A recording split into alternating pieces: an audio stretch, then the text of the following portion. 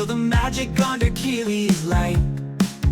Hook in hand, we're gonna start today. Hook in love will show the way. Hello, it's Keely Robertson from Hooking Love. This week's stitch of the week is the Elizabeth stitch, which you'll also find referred to as the mini bean stitch. It's a fabulous stitch. I'm just going to grab it for you, hopefully you can see it. That is reversible and uses just the one stitch and a chain. So follow along and I would love to see projects when you're done. Now for this week's stitch, we are going to need some yarn and a hook. I have chosen to use Yarnsmiths cotton Aran, and this colour is Kingfisher, and I'm using a 4.5mm hook, partly because I crochet quite loosely, so you may choose a 5 if you were using an Aran weight, but any yarn, any thickness will work as long as you're using the correct hook for it. So we will need multiples of 2 and then we're adding 4. So it's quite unusual for this to do multiples that are lower than the plus section. So the reason for that is your multiples, so when we say multiple of 2, in order to have one set of the pattern, you need that multiple, and then the 4 is just for the turning. So I hope that makes sense for anybody who's not sure why we do it that way. So I am going to make my chain. I've put a slip knot on. All I'm going to do is make my chain and I'll be straight back. So here I am, and I have a chain of 18. So I have done 14 as my multiples, so 7, and then 4 extra for my turning. Now what we're going to do is we are going to work into the 4th chain from the hook, so just let me make sure that's clear for you. So 1, 2, 3 into that chain. We are not yarning over, we're going straight into that 4th chain. Now this Elizabeth stitch, or the mini bean stitch, is made using this technique. So you're not using a double or a single or a treble, you are just using this and a chain. So I'm going to place my hook into the chain. I am drawing that loop up, and what I'm now going to do is I'm going to lift it to give it some height, because it's going to be a bit like a puff stitch, if that makes sense, for those who've done it. So then I'm going to yarn over, I'm going back into the same space, same chain space, drawing another loop up, and again trying to bring that up higher. I currently have 4 loops on my hook. I'm going to yarn over and I am going to pull through all 4, and then I'm going to make a chain. So this is that first stitch that's been made. Now I'm missing 1 chain and I'm going into the next chain. Again, no yarn over, straight into the chain, draw a loop up, and again pull it up, yarn over, back into the same space, yarn over, draw another loop up. I've got 4 on the hook, and I am yarning over and I am pulling through all 4, and then I'm chaining 1. And that's how I'm going to repeat that. So we'll do that again. So miss 1 and then into the next, straight in with no yarn over and draw a loop up, pull it up, yarn over, back into the same space, draw a loop up, 4 on the hook, yarn over, pull through all 4 and chain 1, and we will repeat that all the way along. So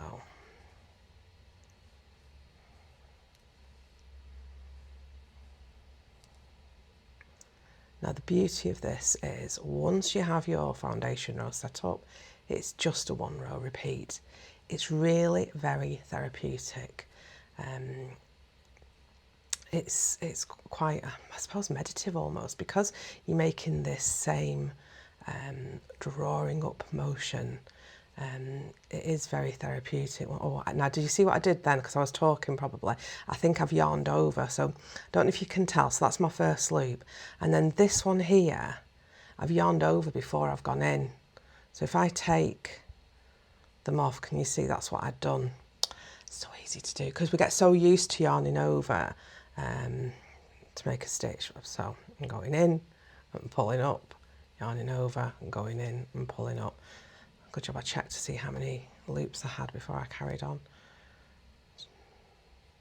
That'll teach me to talk, won't it?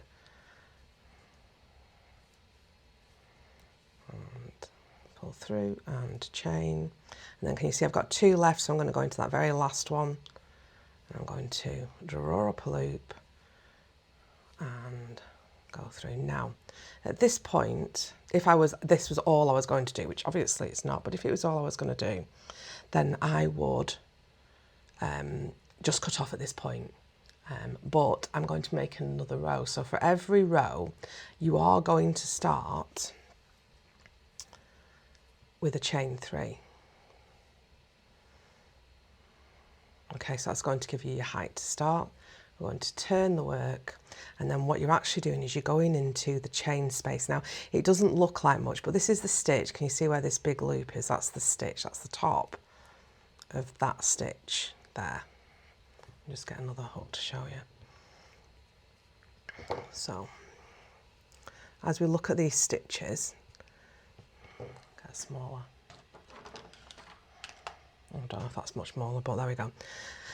As we look at these stitches, that is the top of there. Now this here, with this sort of big, almost diamond shape as I'm pulling it, is where the chain space is. So as we go back, we're working in these chain spaces. So if I turn it, because it's not always as easy to see on the turn, is it?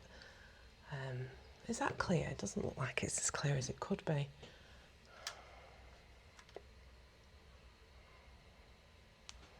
That's a little bit better, isn't it? Might be my eyes though. So that's the stitch, that's the chain space, that's the chain space, that's the chain space. Can you see this is the chain here? Hopefully you can see that. Now, so now all I need to do is look for these chain spaces, and I'm going to go in, just as I was before, making the same stitch, so the Elizabeth stitch, draw up, yarn over, back in, draw up, and pull through, 4 on the hook, pull through and chain 1. Then I'm moving directly into the next space, so not here, but here. Going in, drawing up, yarn over, down, draw up again, and again, I've got 4 on the hook, I'm drawing through and I'm creating another chain. Again, I'm going to do that all the way along. So stick with me. It creates a really lovely texture. You could use it for so many things.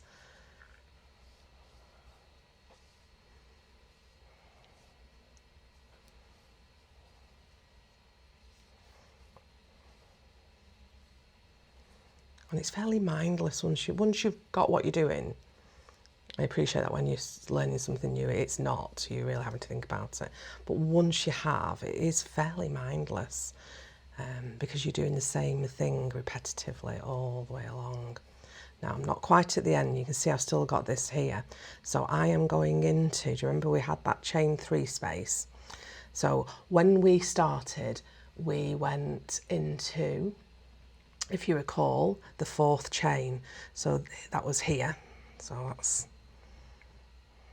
have I picked up the wrong hook to do this with?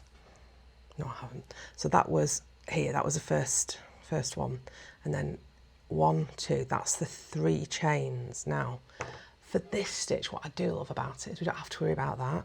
We're just going to go into the space.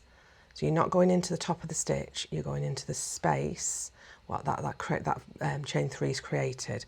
And again, we're going to do exactly the same thing, draw up and down and back up again, and we're going to draw our way through, and then that gives us our second row. Now hopefully you can see we have almost this herringbone effect, a zigzag effect. So we've got one that's going this way and one that's going that way, and the material will work up that way.